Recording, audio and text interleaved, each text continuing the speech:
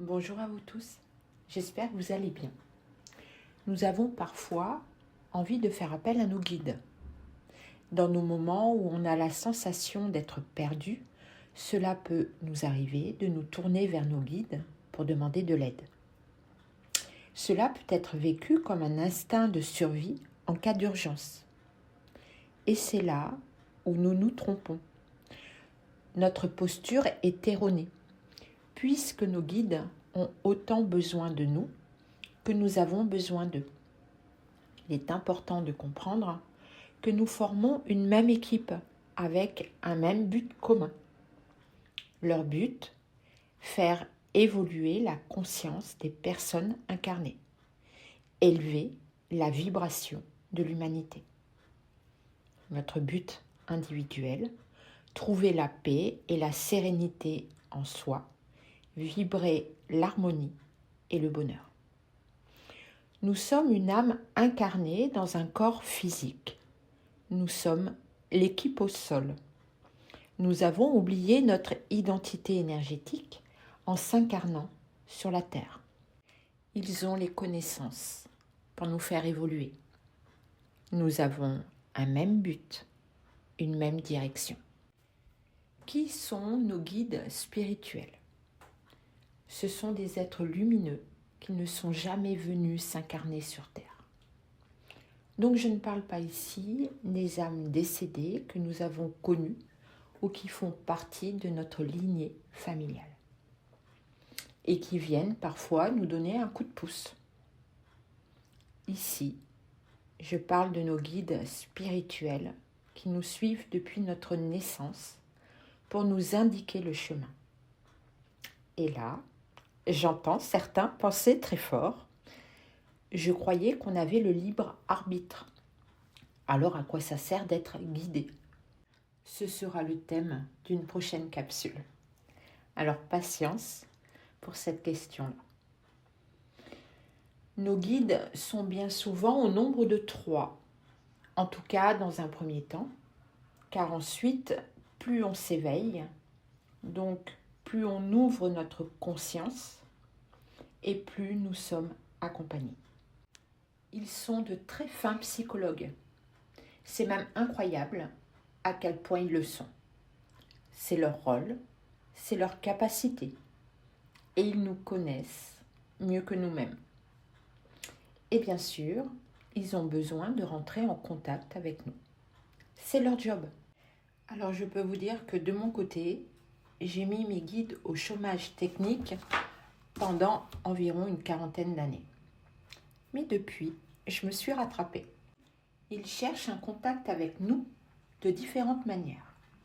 Par des rêves, des intuitions, des synchronicités, des paroles qui nous paraissent nous parler plus qu'à d'autres, et bien sûr, par les canalisations. Plus vous allez donner de l'importance aux synchronicités, et plus vos guides vont essayer de vous envoyer des messages, des indices par ce biais. C'est exactement de la même manière que lorsque l'on cherche à rentrer en contact avec une personne en lui disant bonjour, si la personne perçoit notre présence et nous répond en retour, cela va créer un lien qui s'intensifiera petit à petit. À l'inverse, si la personne fait le choix de ne pas répondre, alors le lien s'éteindra. C'est exactement de la même manière pour nos guides et nous. Alors n'hésitez pas à leur parler, à leur faire des demandes. Ils sont là pour nous soutenir et nous montrent la direction. Alors si nous cherchons à ne plus souffrir, à apaiser notre colère face à des injustices personnelles, à avancer dans notre vie, ou bien arrêter de nous sentir effrayés par la vie, parlons à nos guides. Je vous explique la manière de procéder. Prenez un stylo et un papier pour exprimer ce dont vous avez besoin. Nous communiquons par vibration avec eux. Et pour émettre la vibration nécessaire pour se faire comprendre, il est important de formuler notre question ou notre demande par écrit. Le but et d'émettre une énergie d'implication et de ressentir les mots en même temps que l'on écrit. N'écoutez pas de musique en le faisant, car cela disperse notre énergie de concentration et rend la vibration de notre demande moins intense. De la même manière, ne mettez pas ni de bougie odorante, ni d'encens. Ne dispersez pas votre énergie par l'odorat. Vous pouvez mettre une bougie non parfumée si vous avez besoin de vous créer une ambiance cocooning. Et laissez-vous écrire. Ne contrôlez pas les fautes d'orthographe ou le respect d'écrire bien droit ou quelque chose comme ça. Plus vous lâchez prise, tout en restant connecté à votre question, et plus vos guides spirituels vont entendre votre question. Ils seront heureux de se sentir sollicités. Et puis ensuite, laissez faire la vie. Gardez votre question ou demande à un endroit pour pouvoir la relire de temps en temps. C'est ce qui permet d'observer que vos guides ont répondu présent. Parce que parfois, nous oublions que nous avons eu accès à la réponse. En prendre conscience fait partie du processus d'évolution. Par exemple, si votre demande concerne un soutien pour vous permettre de vous sentir mieux et que 2 jours plus tard, vous tombez sur un prospectus pour un cours de yoga et que vous ressentez l'élan d'y aller. Alors, dans ce cas, observez que la vie, donc vos guides, ont répondu à l'appel.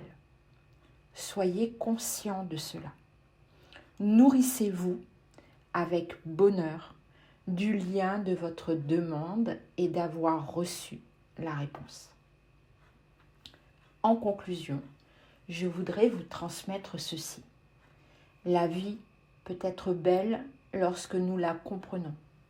De la même manière, la vie peut être douloureuse à vivre lorsque nous n'avons pas les clés. Notre GPS intérieur sont nos émotions. Notre GPS personnel n'a rien à voir avec les conseils de nos proches. Faites confiance à vos émotions, car c'est de cette manière, en étant connectés à notre monde intérieur, que nous sommes en contact avec nos guides. Faites confiance à vos guides spirituels. Ils ont tellement de choses à nous transmettre et à nous enseigner. Voilà pour cette capsule et je vous dis à très bientôt.